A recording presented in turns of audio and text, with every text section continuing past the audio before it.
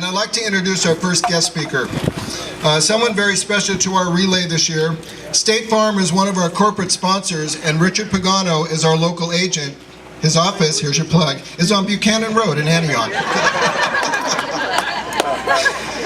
This is Richard's first year with the relay, and it has been a life-changing event for him, and he was sharing his journey with some of us, and we asked him if he would share that journey with you. So I'd like to introduce Richard Pagano.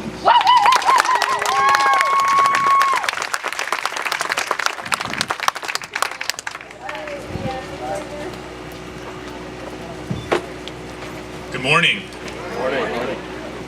My name is Richard Pagano, and as he put that great plug for me, I'm a local State Farm agent here in Antioch. My office has been open since 2010. About 5 years ago, though, I left my home in Southern California and the majority of my family to move here to the Bay. Growing up in a small town, my parents always taught my brothers and I the importance of giving back to our community. Being a State Farm agent has given me just that opportunity. Currently, I work with several PTAs in town. I'm involved with the Antioch Chamber of Commerce, several networking groups, and I'm a Rotarian. I also partner with a local realtor and the Brentwood and Concord branches of the Royal Family Kids Camp to sponsor a birthday gift program and a separate backpack program for local foster kids here in Contra Costa County. In my spare time, I run a State Farm agency. Friends actually joke that I'm a philanthropist with a State Farm agency on the side. When I was approached about Relay for Life, I was unsure as to whether or not I had the time to fully commit to another endeavor. At the guidance of my parents, I started reflecting on my own experiences with cancer. My dad's Uncle Tom was diagnosed when I was just a kid. We lost him when I was about 8 years old. I remember visiting at his home in Thousand Oaks, and at the time I had no idea what was going on. I knew something was wrong, and it wasn't until many years later that I truly had a firm understanding of what had happened. When I was 14, my Aunt Jeannie was diagnosed with brain cancer. It was a difficult few years for the Pagano family, especially my Uncle Vic and his 3 sons, Vic, Tony, and Mikey. Tony and Mikey are actually here today. My aunt and uncle lived really close to my parents, about a 5-minute drive. They were also my godparents. Whenever mom and dad would go out of town, whether it was for business, for vacation, or just some other trip, they'd leave me in their care. My Aunt Jeannie would wake up early in the morning and she'd cook breakfast for Mikey and I. She'd make me lunch, she'd make me dinner, she'd pick me up from school, she'd take me to school. She treated me like I was her son. She didn't have to do that. Watching her over that 3-year period was like watching my mom fight cancer. It was sad. It was incredibly difficult. But it gave me hope and it gave me inspiration and it taught me never to give up. Aunt Jeannie was one of the most creative people I've ever known.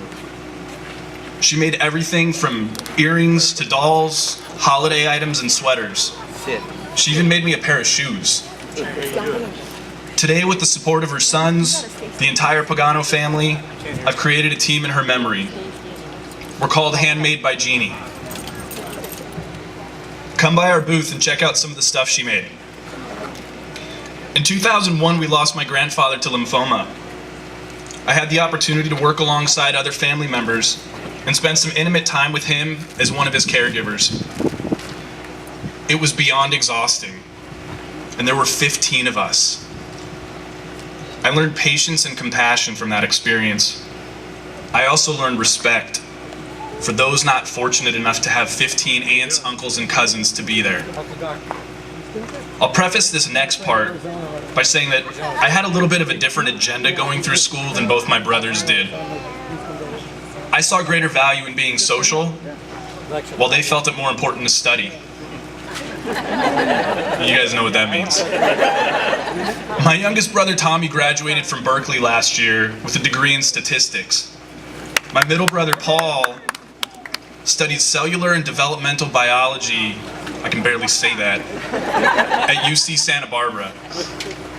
After graduating, Paul worked for a couple years for a research company where they focused on early cancer detection. Now Paul's at UCLA studying for his PhD.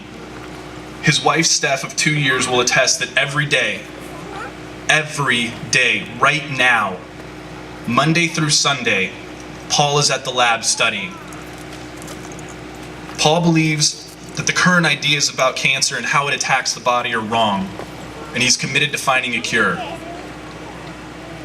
As an insurance agent, I've had the privilege of working with a variety of different people from a variety of walks of life.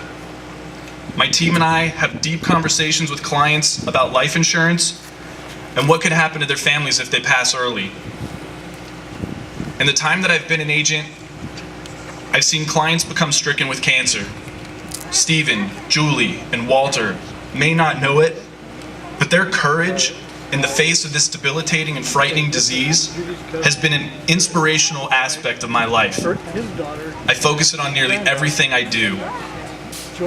All at once, Relay for Life went from being an abstract community service event to being something I could relate to.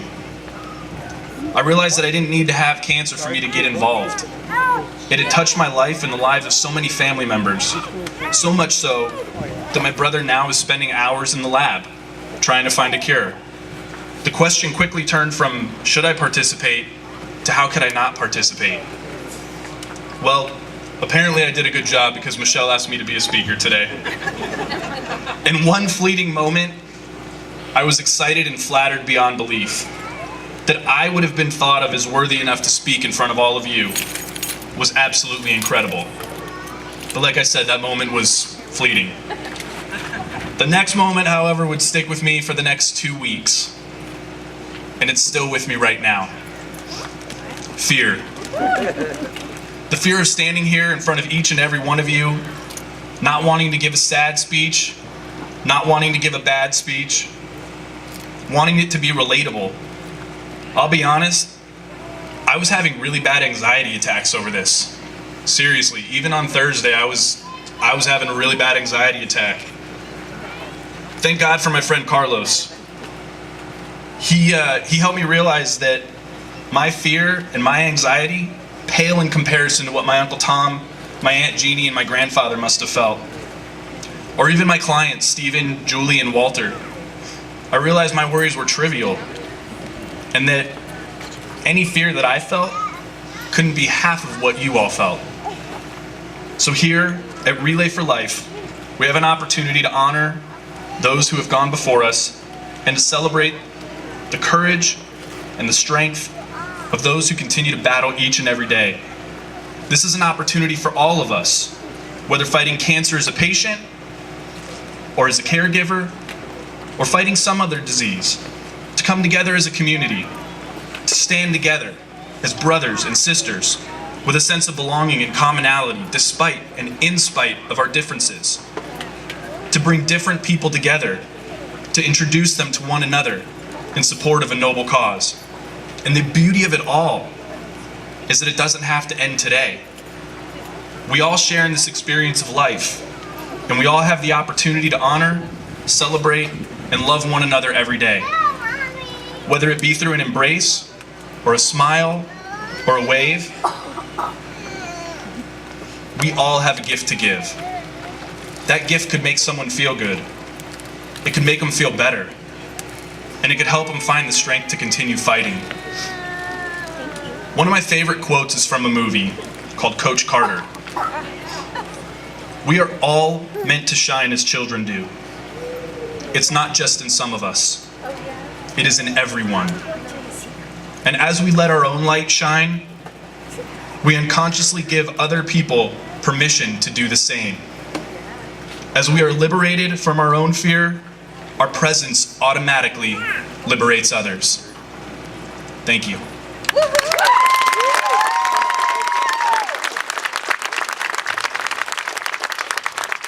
Thank you, Richard.